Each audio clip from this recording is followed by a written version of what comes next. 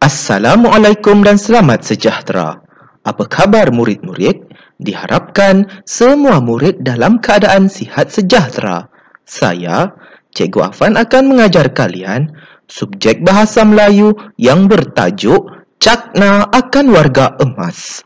Untuk pengetahuan murid-murid, tajuk Cakna akan Warga Emas ini terdapat pada muka surat 48 dalam buku teks Bahasa Melayu tahun 5. Diharapkan semua murid sudah pun bersedia untuk mengikuti pembelajaran pada hari ini.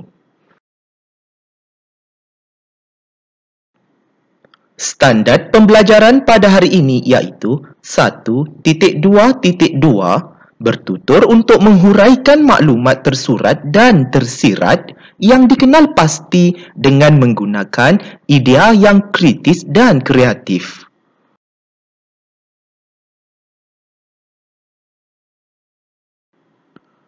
Objektif pembelajaran pada hari ini iaitu pada akhir pembelajaran dan pemudahcaraan, murid akan dapat bertutur untuk menghuraikan 4 maklumat tersurat bagi mendapatkan 4 idea tersirat yang dikenal pasti dengan menggunakan idea yang kritis dan kreatif mengenai cakna akan warga emas. Kedua, mencatat 4 maklumat tersurat dan tersirat berdasarkan bahan yang dibaca, dilihat dan didengar mengenai cakna akan warga emas dalam bentuk grafik.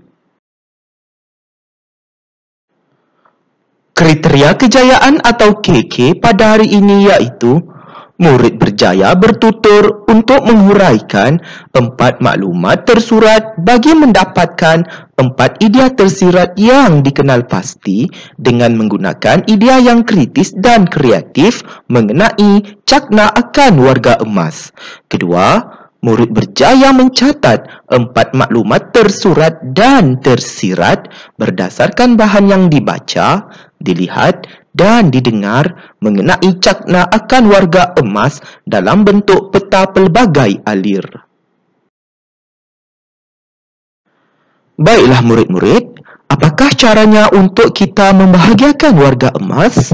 Bagus, antara cara untuk kita membahagiakan warga emas, kita perlulah melawat warga emas di pusat kebajikan orang tua. Dan di sini kita dapat lihat sekumpulan warga emas diraikan oleh badan bukan kerajaan ataupun organisasi bukan kerajaan. Dalam bahasa Inggerisnya dipanggil NGO, iaitu Non-Government Organisation, iaitu satu badan yang bukan pihak kerajaan untuk membantu warga emas supaya warga emas ini tidaklah terlalu sunyi, dan mereka juga diberikan bantuan serta diberikan rawatan. Dan kita lihat gambar yang di bawah itu seorang datuk dan juga cucunya yang sedang menggunakan telefon pintar. Sebagai seorang cucu, kita mestilah menghormati datuk ataupun nenek, dan kita hendaklah bercakap dengan sopan serta tidak menunjukkan tingkah laku yang tidak elok kepada warga emas. Dan di sebelah kanan pula, iaitu di bawah itu, ada seorang ustaz, iaitu Ustaz Abid Liu yang sentiasa ringan tulang membantu warga emas tidak mengira bangsa dan agama supaya kebajikan warga emas ini terjamin, dan beliau telah memberikan banyak bantuan, iaitu bantuan dari segi kewangan dan juga makanan. Dan di situ beliau amat prihatin terhadap kebajikan warga emas. Dan gambar yang terakhir iaitu seorang wanita tua yang sedang merenung keluar jendela. Dan di sini amatlah sedih sekiranya anak-anak yang tinggal berjauhan dengan warga emas ataupun kedua ibu bapanya, dan dia tidak pulang melawat ibu ataupun bapanya, sedangkan ibu bapanya sudah pun tua. Dan sebagai anak, kita perlulah melawat ataupun menziarahi kedua ibu bapa kita yang masih hidup lagi. Dan janganlah melupakan jasa kedua-dua orang tua kita.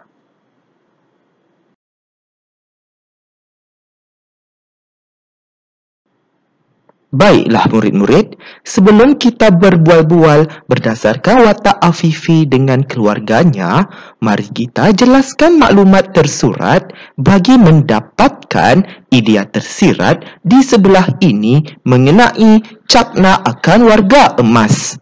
Baiklah murid-murid, di sebelah cikgu ini terdapat 4 maklumat.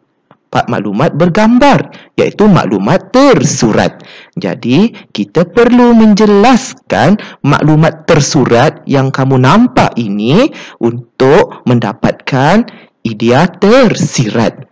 Baiklah, kita lihat gambar yang pertama ataupun maklumat ataupun idea tersurat yang pertama. Kita lihat ya, keadaan tangga. Dan di sini cikgu sudah pun membantu murid. Jangan risau murid-murid, cikgu sudah pun membantu murid-murid untuk memahami maklumat tersurat tersebut. Baiklah, kita lihat di sebelah kanan tu, idea tersuratnya, keadaan tangga, ada pemegang tangga. Dan idea tersiratnya pula untuk menjelaskan keadaan tangga tadi, memudahkan datuk menaiki dan menuruni tangga dengan selamat. Sebabnya, untuk pengetahuan murid-murid, tangga mestilah ada pemegang tangga di sebelahnya, supaya sesiapa sahaja yang menaiki tangga itu dapatlah memegangnya, supaya tidak terjatuh dan juga memudahkan menaiki dan menuruni tangga. Seterusnya, kita lihat maklumat tersurat yang kedua ataupun idea tersurat yang kedua, susunan perabot. Kita lihat idea tersurat di sebelah kanannya. Perabot disusun kemas dan teratur. Dan kita lihat idea tersirat untuk menjelaskan perabot disusun kemas. Sebab apa ya perlu ada kekemasan, perlu ada susunan perabot yang teratur? Sebabnya untuk memudahkan pergerakan datuk melalui di sesuatu tempat. Sangat penting ya apabila kita ada perabot di rumah, mestilah disusun mengikut susunannya yang sesuai supaya kanak-kanak ataupun sesiapa sahaja yang lalu lalang di kawasan ataupun di dalam rumah murid-murid itu dalam keadaan yang selamat. Maksudnya tidak tersadung apabila tersepak kaki kerusi ke sofa ke kan. Seterusnya kita lihat gambar yang ketiga, iaitu maklumat tersurat yang ketiga, ketinggian katil dan juga ketebalan tilam. Kita lihat idea tersurat yang cikgu sudah nyatakan di sebelah kanan itu. Katil tidak boleh terlalu tinggi dan tilam tidak boleh terlalu tebal. Kenapa ya? Jadi di sini alasannya kita lihat idea tersirat untuk memudahkan datuk baring di atas tilam tersebut. Dan kita lihat gambar yang keempat. Gambar yang keempat, idea tersurat. Yang keempat iaitu pemegang dan juga pelapik. Di mana tu? Di dalam tandas. Kita lihat idea tersuratnya di sebelah kanan. Tandas perlu ada pemegang di dinding tandas dan pelapik lantai. Dan di sini kita lihat penjelasannya ataupun huraian ataupun idea tersirat untuk menjelaskan yang tersurat tadi. Tujuannya untuk apa ya perlu ada pemegang dan juga perlu ada pelapik lantai itu? Tujuannya untuk memudahkan datuk berpaut pada pemegang tersebut dan tidak tergelincir di dalam tandas. Baiklah murid-murid, cikgu sudah pun membantu murid-murid untuk menjelaskan maklumat yang bergambar ini, idea tersurat dan juga idea tersirat. Diharapkan murid-murid dapatlah memahaminya dengan sebaiknya.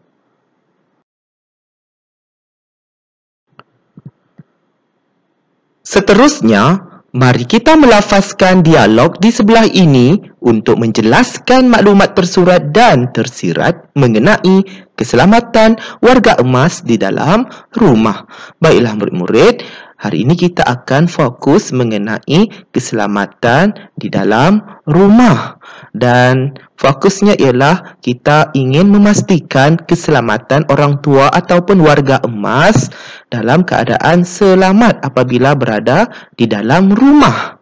Baiklah, kita lihat di sini dan diharapkan murid-murid dapatlah mengikut cikgu untuk membaca serta menuturkan dialog yang terdapat dalam maklumat ini dengan sebutan dan intonasi yang betul. Afifi sekeluarga membuat persiapan untuk menjaga keselamatan Datuk ketika tinggal di rumah mereka. Sudahkah kamu kenal pasti tempat-tempat yang perlu kita utamakan bagi keselamatan Datuk? Bolehkah kamu jelaskan tempat-tempat tersebut? Dan kita lihat di sini, Afifi menjawab, "Ya, Ayah. Antara tempat tersebut termasuklah di ruang tamu. Perabot mestilah disusun kemas dan teratur bagi memudahkan pergerakan Datuk melalui di sesuatu tempat. Selain itu, di tangga pula ada pemegang tangga supaya memudahkan Datuk menaiki dan menuruni tangga dengan selamat." Kita lihat dialog bagi watak adik-beradiknya lah. Dan di situ kita lihat di bilik tidur pula, katil tidak boleh terlalu tinggi dan tilam tidak boleh terlalu tebal kerana memudahkan Datuk baring di atas tilam tersebut. Seterusnya, di tandas mestilah ada pemegang di dinding, tandas dan pelapik lantai agar memudahkan Datuk berpaut pada pemegang tersebut dan tidak tergelincir di dalam tandas. Baiklah murid-murid, diharapkan murid-murid dapatlah memahami maklumat yang kita baca ini, iaitu mengenai idea tersurat dan juga idea tersirat. Idea tersuratnya iaitu tentang tempat-tempat yang perlu dipastikan dalam keadaan yang selamat. Iaitu bermulalah dari tangga, bermulanya dari susun atur perabot, seterusnya tempat tidur dan juga di tandas. Diharapkan murid-murid dapat memahami maklumat ini dengan sebaiknya.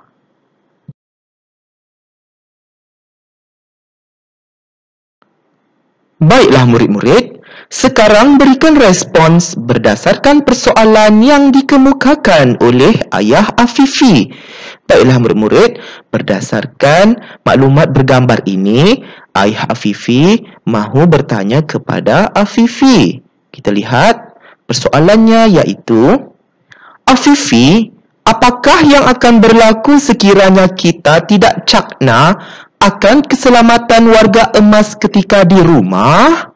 Jadi di sini Ayah Afifi bertanya kepada anaknya, dan di sini beliau menyatakan apakah yang akan berlaku, iaitu apakah kesan jika seseorang itu ataupun ibu ayah mahupun ahli keluarga yang lain tidak mengambil berat ataupun ambil kisah. Cakna tu maksudnya ambil kisah, ambil berat, ambil tahu tentang keselamatan warga emas ketika di rumah. Apa yang akan terjadi? Kita lihat respons yang diberikan oleh Afifi. Di sini cikgu sudah pun membantu murid. Jangan risau ya. Baiklah, kita baca sama-sama. Sekiranya kita tidak cakna akan keselamatan warga emas ketika di rumah, mereka akan menghadapi kemalangan dan kecederaan di dalam rumah.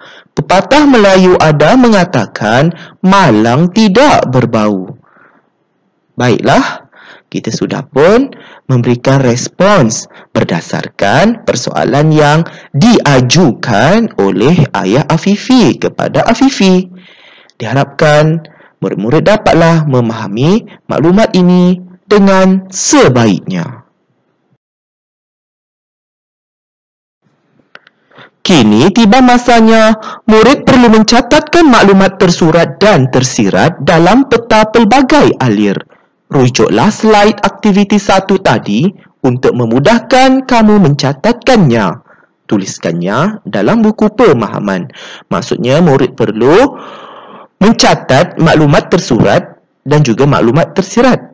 Dan di sini cikgu sudah pun menyatakan maklumat tersurat ataupun idea tersurat dalam kotak yang berwarna merah.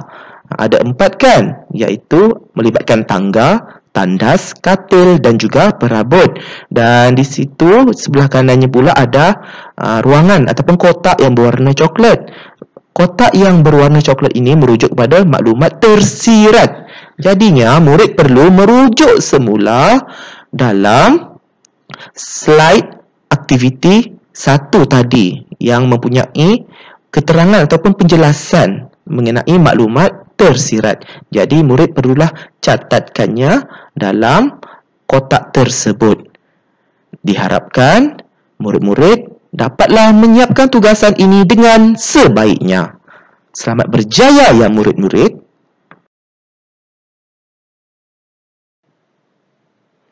Semoga kita bertemu lagi dalam pembelajaran dan pemudahcaraan pada hari yang lain. Sekian, terima kasih.